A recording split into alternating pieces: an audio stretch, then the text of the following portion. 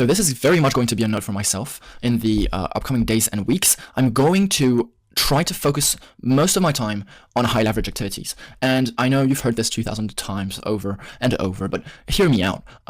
Focusing on high leverage activities doesn't mean doing what you like. And so a great example that Alex Hormozi gives, because I took this from his podcast, is, for example, with content creation, right? Well, you can do a ton of post-production, you can do a ton of editing and a ton of things here and there, but in the end, the idea of the video, the topic of the video, is going to be the most impactful variable that you can control, and that will impact the performance of the video. So theoretically, you should be spending most of your time brainstorming ideas for content and everything.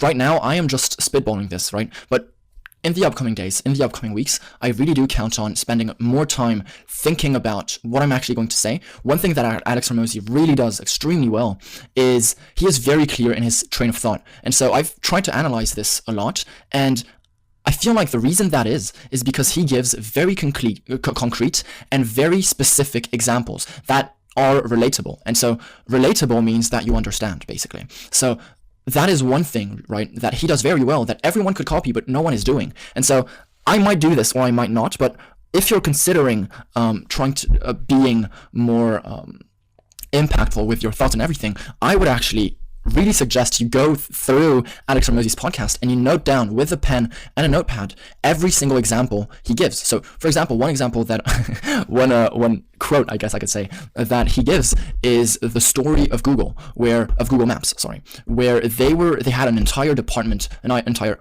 IT department that were working on Google Maps. They were like 10, 20 wide. But one day they hired this amazing developer that redid the entire backend, the entire code and logic behind Google Maps in one weekend. And that is now the Google Maps that we use. And so in business terms, there is an outsized return on talent, and you could be paying someone 10 times more, but if he does 1,000,000 times the output, that is still worth it. And so that is one quote that, I don't know, stuck with me, and I'm trying to keep on refreshing my mind on, because it's a very good quote to have in business meetings, sales calls, and in life overall. Another one is that if you have an objection that someone you have your service and someone tells you it takes too much time. Well, the analogy Alex Hormozi gives is that if you want a baby, you're going to have to wait 9 months, right? Some things just take 9 months. And it's not by sleeping with 9 women that you'll get it in 1 month.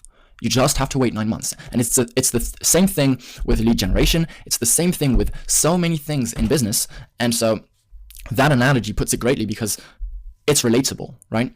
And so that is the power of analogies and overall examples in your speech.